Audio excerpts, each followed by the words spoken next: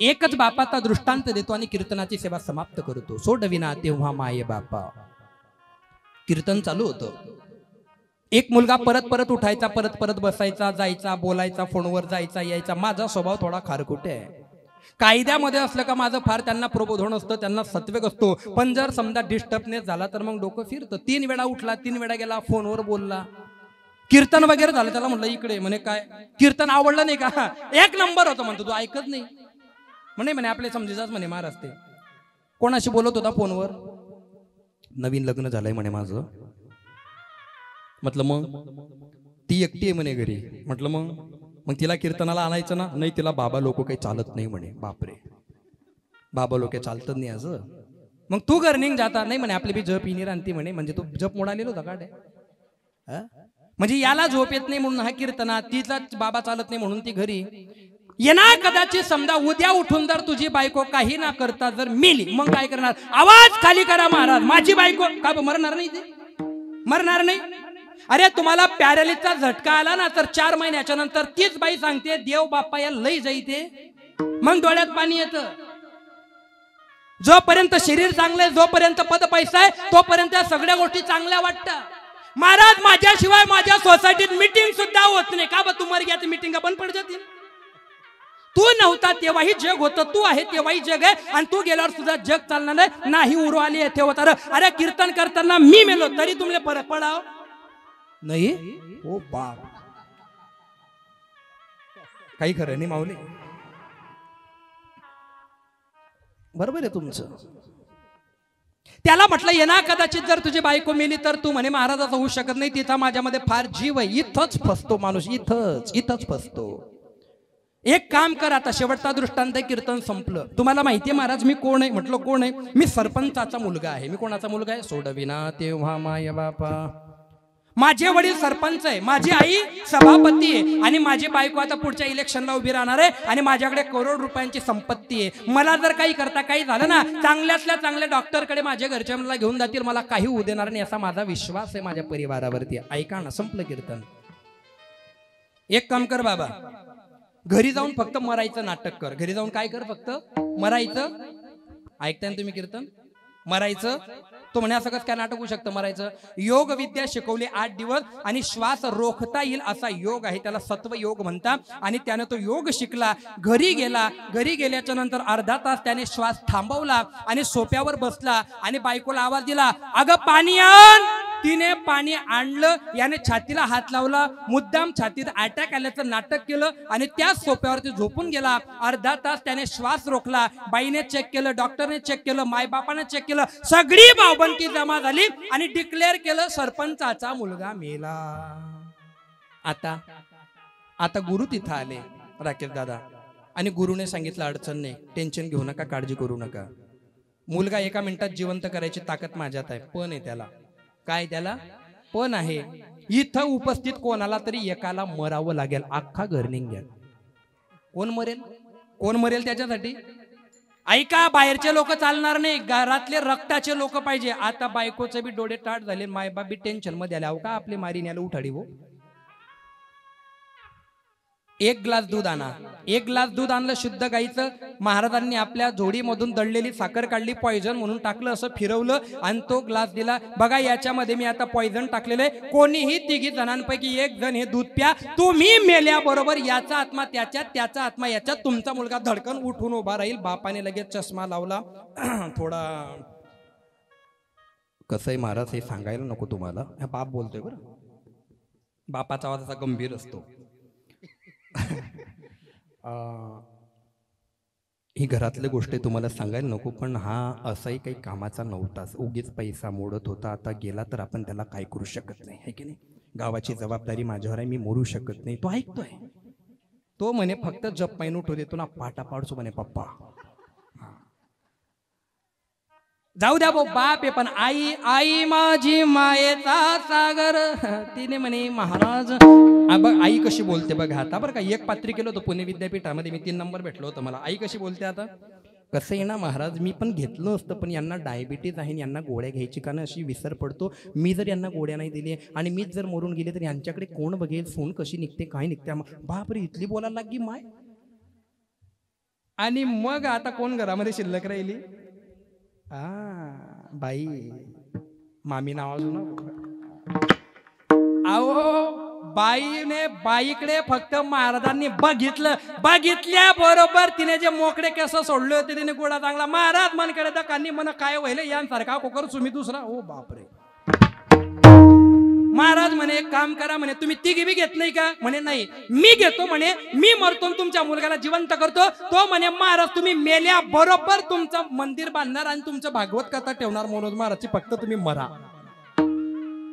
अर्धा तास झाला, महाराजांची साखर बिवीर घडल्या गेली. महाराजांनी ते गोड दूध पिलं, टाळी वाजवली, मुलगा ताडकून उठून उभा राहिला. आणि आता मुलगा साधूच्या मागे जायला लागला. तेव्हा साधू म्हणतो तुझे मायबाप, तेव्हा तो म्हणतो सोडविना तेव्हा माय बापा.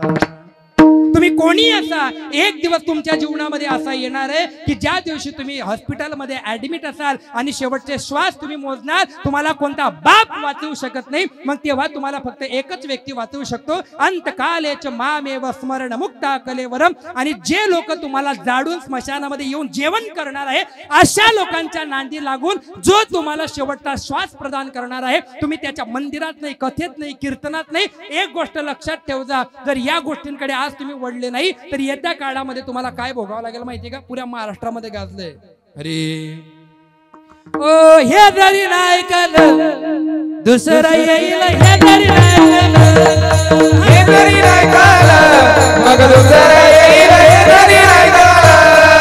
सरत शेवटी बा काळ बांधून येईल, सरत शेवटी बा काळ बांधून येईल, सरत शेवटी बा काळ बांधून येईल, सरत शेवटी बा बांधून येईल. एका जनार्दनी आमचे काय बाजाईल, एका जनार्दनी आमचे काय बाजाईल, एका जनार्दनी आमचे काय बाजाईल, एका जनार्दनी आमचे काय बाजाईल. पिंगळा पिंगळा पिंगळा पिंगळा पिंगळा माधवारी बोल बोली तो देखा पिंगळा माधवारी, पिंगळा माधवारी बोल बोल देखा पिंगळा माधवारी, पिंगळा माधवारी बोल बोल देखा पिंगळा माधवारी.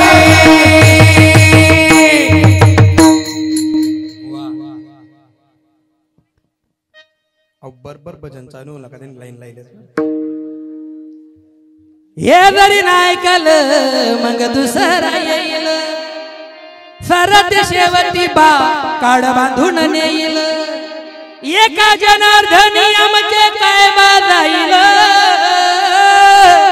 हे पिंगळा माधवारी बोल बोली तो देखा. कोणी कामात नाही पडणार. संपलं कीर्तन. आता फक्त एका प्रश्नाचं उत्तर द्या, आपलं लगेच जिको दाबून घ्यायचं धडकन एका मिनिटात. ऐका डॉक्टर साहेब, आता तुम्ही आले जत्ते, फक्त मला लोकांना कन्फर्म होईल म्हणून सांगून द्या. लहान बाळाला जर समजा झोपेत जर तहान लागली तर त्याला उठून पाणी पाजलं पाहिजे का झोपल्या झोपल्या पाणी टाकलं पाहिजे तोंडात? उठून पाजलं पाहिजे, बरोबर आहे का नाही? आणि जर झोपल्या झोपल्या तोंडात पाणी टाकलं तर ठसका लागू शकतो आणि बाळ मरू शकतं. मग जो मरण टाइमला त्याला खाली टाकेले या लोक त्यांना तोंडमा पाणी वती देतस. जो सकाळीले मरा होता तो रातले मरी गया. आणि आखो या बाया म्हणे त्यांना जीव तिना अंडेरमा अटकेल होता, जीव अटकेल नाही होता, अंडेरनी जीव लिहिली ना असं म्हणा. हा, ही आपल्याला संस्कृतीत माहिती नाही. आपण नको त्या सायन्स काय म्हणतं, झोपलेल्या अवस्थेमध्ये आपल्या तोंडात जर आणि जिवंतपणे पाणी टाकायचं नाही, मेल्यावर अख्खी पाव पण की आमलेट टाकू द्या, तू ऐक रे, तू घर होय रे, तू आता जगू दे त्याला. जिंदे बाप को न पूजवाया, मरे बाप को पूजा, एक डाल दो पंचिर बैठे न कौन गुरु कौन चेला, गुरु की करनी गुरु बनेगा, चेले की करनी चेला रे साधु में उड़ जा हंसा केला.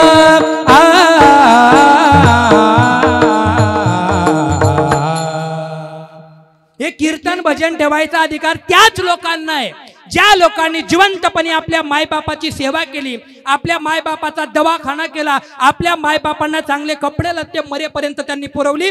जर तुम्ही जिवंतपणे मायबापाची सेवा केली असेल तर कथा ठेवा, तर कीर्तन ठेवा. आणि जर मायबापाची सेवा केली नसेल आणि किती मोठं कीर्तन ठेवलं, 1 रुपयाचा फायदा होणार नाही. लिहून देतो मी तुम्हाला म्हणून जिवंतपणे. आणि तुम्हाला सुद्धा सांगणे, सासू सासऱ्यांची थोडीशी सेवा करत जा.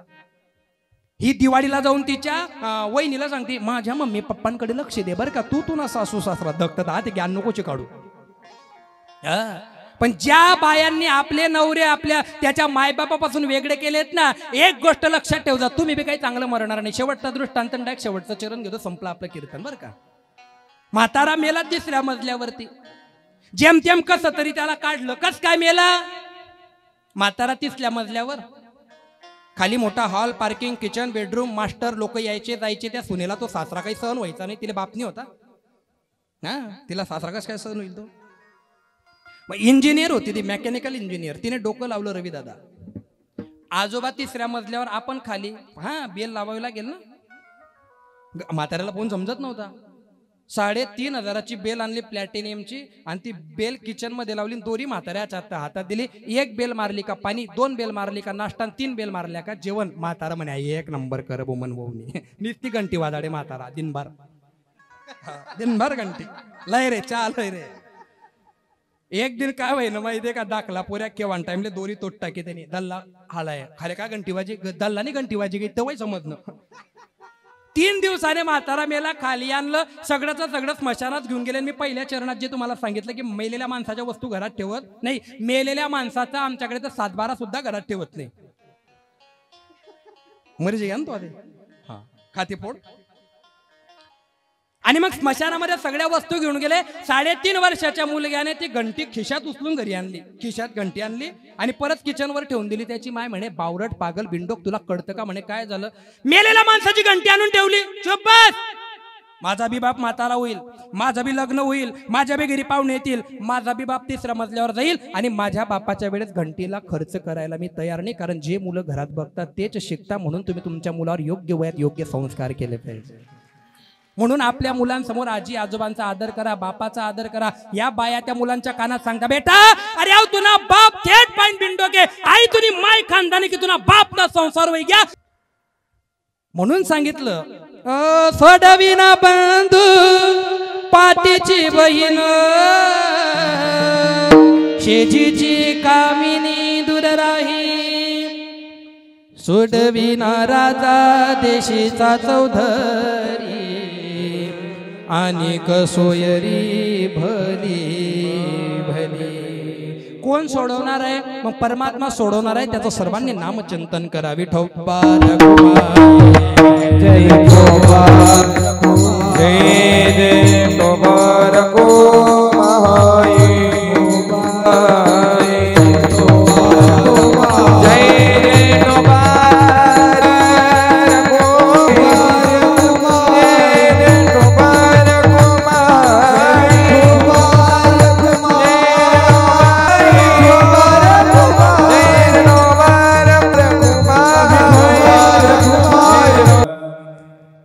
To time. कीर्तन 10ला चालू करा, 10:30ला चालू करा, 9:30ला चालू करा. मी 11लाच कीर्तन संपवतो. पण रवी दादांचं माझं फार जुनं नातं आहे. गेल्या वर्षभरामधून हे पहिलं कीर्तन तुमच्यासाठी बरं का रवी दादा. तरुणपणामध्ये एक बाळ जन्माला आलं. मुलाला लहानचं मोठं केलं. बापाने काबाड कष्ट केले. काबाड कष्ट करता करता करता करता मुलगा 12वी पास झाला. मी स्वतः लिहिलं MA ला असताना. माझे मित्र कवी लेखक, आम्ही जेव्हा बसायचो रूम मध्ये तर आम्ही कविता लिहायचो, कोणी लेखन करायचं. आणि ते लेखन करत असताना अचानक ही 2019ला बोधकथा मनामध्ये आली, ती लिहिली. आणि खूप वर्षाच्या नंतर आज कीर्तनामध्ये सांगतोय, जरा ऐकण्याचं मानस ठेवा. जयकुमार रावल केंद्रीय वित्तमंत्री, आमचे ते त्यांच्या कॉलेजमध्ये त्यांचा बर्थडे साजरा करायचा होता. आणि त्यांच्या बर्थडेच्या निमित्ताने फार मोठी गॅदरिंगची स्पर्धा होती. आणि त्याच्यामध्ये नाच गाणं डॅन्स वगैरे सगळ्या गोष्टी बसवल्या जात होत्या. दोंडाईच्याच एक मुलगा चेहरा उतरलेला आणि कॉलेजमध्ये आला. कॉलेजमध्ये आल्याच्या नंतर त्याने सांगितलं, महाराज मलाही स्पर्धेमध्ये भाग घ्यायचा आहे. त्याला म्हटलं चांगली गोष्ट आहे, स्पर्धेमध्ये भाग घेतला चांगली गोष्ट आहे. त्याला डान्स खूप चांगला जमायचा. आणि सध्या इथं बसलेल्या सगळ्या बापांनी गोष्ट लक्षात ठेवली पाहिजे. तुम्हाला जर वाटत असेल तुमच्या मुलांनी तुमचं ऐकलं पाहिजे, तुमच्या मुलांनी तुमचा वारसा चालवला पाहिजे, तर हप्त्यातून जे काम तुम्ही 8 दिवस करता ते काम तुमच्या मुलगा आणि मुलगीला 1 दिवस करू द्या. तेव्हा त्यांना समजेल माझा बाप 24 घंट्यामध्ये काय कष्ट करतो. पण आजच्या बापाची मेंटॅलिटी अशी आहे, जो त्रास आम्ही भोगला तो त्रास आमच्या मुला मुलींना होऊ नये, हा सर्वात मोठा गैरसमज आहे. हे डोक्यातून काढून टाक जा. तुम्हाला झालेला त्रास तुमच्या मुलांना बघू द्या, त्यांना करू द्या, तेव्हा त्यांना तुमची जाणीव राहील. आणि जर तुम्ही ही जाणीव जर त्यांना करून दिली नाही तर मग तुमचा अंत कसा होतो शेवटच्या चरणामध्ये सांगून तुम्हाला मोकळं करतो. लक्ष देऊन ऐका. महाराज मलाही पार्टिसिपेट करायचं आहे. त्याला म्हटलं जा नाव नोंदवून घ्या आणि घरी जाऊन उद्या येताना चांगले कपडे, एक हॅट आणि चांगला शूज घेऊन ये. चालेल. घरी आला. त्याचा बाप हमाल होता, हमाल. 200 पोते उचलून नेमकाच बाप घरी आला होता आणि घरी येण्याचं कारण त्याच्या बापाच्या छातीमध्ये दुखत होतं. 5 रुपयाची गोळी घेऊन त्याच्या बापाने सकाळी उठून कामाला जायचं, नेमकाच झोपला होता आणि तितक्याच मुलगा घरी आला. बाबा उठा ना. आईने सांगितलं बेटा अरे तुझ्या बापाची छाती दुखते म्हणून झोपलाय. अगं असू दे, रोजच दुखते. बाबा उठा लवकर. बाप उठला. काय म्हणतो भाऊ? पैसे द्या. पैसे? शर्ट घे माझं. मुलाने ते शर्ट घेतलं. शर्ट फाटलेलं होतं, बनेनही फाटलेलं होतं आणि मुलाच्या अंगामध्ये 8,500चा ड्रेस होता आणि बापाचं बनेन मात्र फाटलेलं. त्याचं नावच बाप आहे. पैसे द्या ना मला. अरे ते शर्ट दे ना माझ्याकडे. मळलेल्या खिशातून 750 रुपये बापाने मजुरी काढली आणि मुलाच्या हातात पुरीची पुरी देऊन टाकली. 5 रुपयाची गोळी घेणारा बाप 750 मुलाला सहज देऊन टाकतो, त्याला बाप म्हणतात. मुलाने पैसे मोजले. याच्यात काहीच होणार नाही. मग किती पाहिजे? कमीत कमी 4,000 रुपये. तितके तर नाही भाऊ माझ्याकडे. नाही. शर्टही फेकलं. 750 बापाच्या तोंडावर मारले. अशा बेकार चोट बाप तर मेलेला बरा, असं म्हणून तो बाहेर निघून गेला. अगं जरा चहा ठेवतेस का? बायकोला सांगितलं. तिने चहा ठेवली. चहाला दूध नाही. अगं कोरा ठेव. कोरा चहा घेतला. परत पोते उचलायला गेला. परत 1,500 रुपये कमवले. 2250 रुपये मुलाच्या रात्री हातात ठेवले. तरी मुलाचा राग एवढा होता का मुलाने ते पैसे घेतले नाही. दुसऱ्या दिवशी परत मुलगा कॉलेजमध्ये आला. चेहरा उतरलेला होता. काय झालं रे भाऊ? जाऊ द्या महाराज, काय सांगू तुम्हाला आता. अरे काय झालं काय? और जाऊ द्या हो. आणि तितक्यामध्ये इनकमिंग पापा अशी मोबाईलची रिंग वाजली. भाग्यवान आहे ते लोक ज्यांना बापाचा फोन येतो. बाप गेल्यावर तुम्हाला समजेल. त्या रविदादांना विचारा. जगतामध्ये फार मोठा, अरे मुकेश अंबानी तुमचा मित्र आहे, पण घरी आल्याच्या नंतर बेटा जेवला का असं विचारायला जर माय बाप नसतील ना तर जगतामध्ये काही शिल्लक राहत नाही. काहीच नाही. सगळ्या गोष्टी क्षणिक आहे. इनकमिंग पापा 1 2 3 4 10 फोन. अरे उचल. जबरदस्ती फोन रिसीव्ह केला आणि त्याच्या कानाला लावला. स्पीकर ऑन केला. तिकडनं बाई बोलत होती. हॅलो बोला भाऊ, तुझी आत्या बोलते. फोन तर माझ्या पप्पांचा आहे. हा तुझ्या पप्पांचाच आहे. तुझ्याकडे कसं काय आला?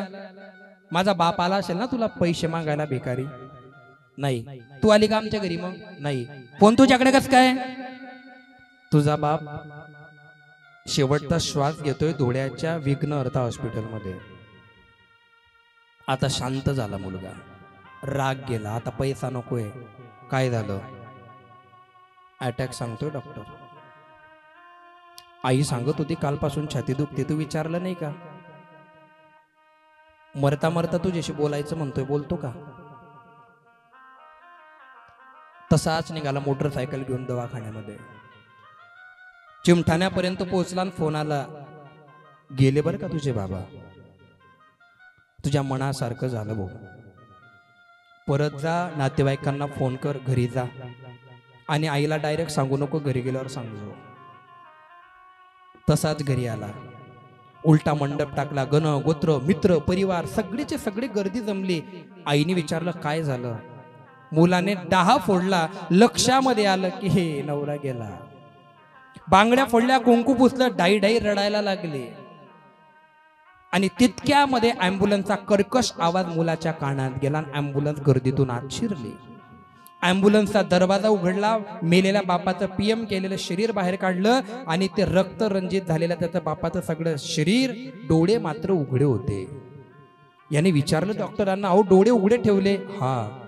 तुझ्या बापाने सांगितलं होतं जिवंतपणी नाही पण मेलेल्या डोळ्यांनी तरी माझा मुलगा मला बघू द्या म्हणून डोळे झाकले नाही, तू झाकू शकतो आता. प्रेत घरामध्ये ठेवलं. पीएम झाल्यामुळे जास्त वेळ ठेवता येत नव्हतं. बापाचा प्रेत घराच्या बाहेर काढलं, किडी बांधली. अहो काका हळू बांधा, आता काही होत नाही, मेलाय तुझा बाप. किडी उचलली, याचं टकलं केलं, अंगावर घोंगडी दिली, प्रेत चाललं स्मशानाच्या वाटेने. स्मशान भूमीवर चालता चालता मुलाला ब्लर होतंय सगळं. रात्रीत माझ्या बापाशी भांडलो नसतो, माझ्या बापाने टेन्शन घेतलं नसतं. ज्या दिवशी बाप नावाचा देव गेला त्या दिवशी समजेल की जबाबदारी काय असते. स्मशानात लाकडं, लाकडावर बापाला, त्याच्यावर अजून लाकडं ठेवले. लाकूड तोंडावर आलं म्हणून बाजूला केलं. ब्राह्मणाने सांगितलं मेलेल्या माणसाला लागत नसतं, बाजूला हो. आणि मग पेट्रोल टाकलं, टायर टाकले आणि याच्या हातामध्ये अग्नी डाग दिल्याचा ते तांबू दिला. अग्नी लावायची हिंमत होत नाही. काका चुलत्याने सांगितलं रे पेटव. अग्नी डाग दिला, अग्नीचा भडका वर गेला आणि बाजूलाच बापाचे बूट पडलेले होते.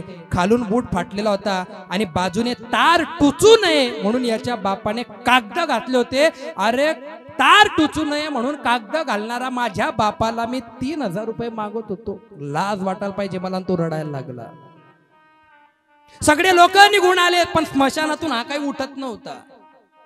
13 दिवस सगळे लोक येत होते जात होते, येत होते जात होते. आता 13 दिवसाच्या नंतर घरात खायला काही नाही. आता स्वतः जेव्हा पोते उचलण्याची वेळ आली तेव्हा याच्या आईने सांगितलं भाऊ मी बी खार काही जास्त दिवस राहणार नाही पण तू चांगलं नाही केलं. माझ्या कुंकुवाचा धनी तू विजवला, तुला कधीच सुख भेटणार नाही. बाप शरीराने मेला आणि आई मनाने मेली. सांगा ना जीवनामध्ये काय शिल्लक राहिलं. त्या बापासाठी 4 ओळी आणि कीर्तन संपलं. ओ बाप स्वाभिमानी बाळा त्याचा कन खरकना त्याच्या काळजा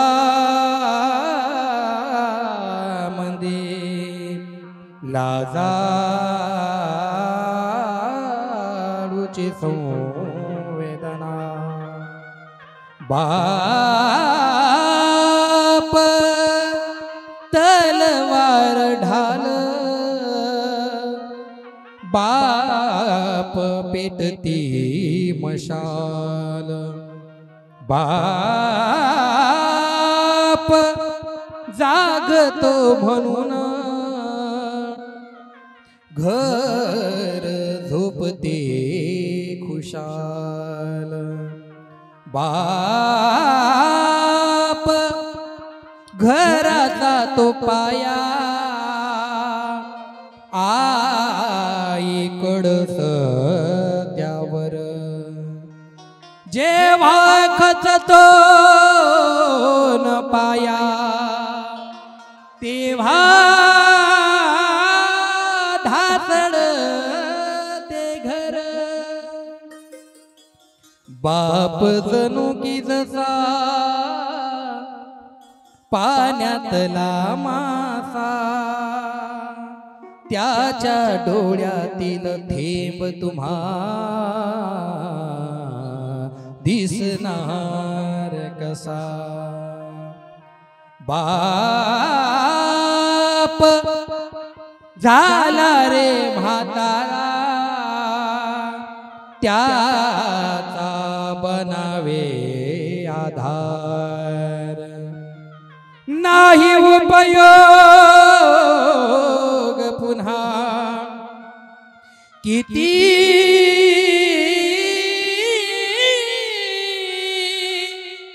घातले पितर. अपने माँ बाप का तो दिल न दुखा, दिल न दुखा. अपने माँ बाप का तो दिल न दुखा, दिल न दुखा. अपने माँ बाप का तो दिल न दुखा, दिल न दुखा. अपने माँ बाप का तो दिल न दुखा, दिल न दुखा. मेरे ख्वाजा ने कहा, मेरे मौला ने कहा, मेरे ख्वाजा ने कहा, मेरे मौला ने कहा. मेरे ख्वाजा ने कहा, मेरे मौला ने कहा क्या अपने माँ बाप का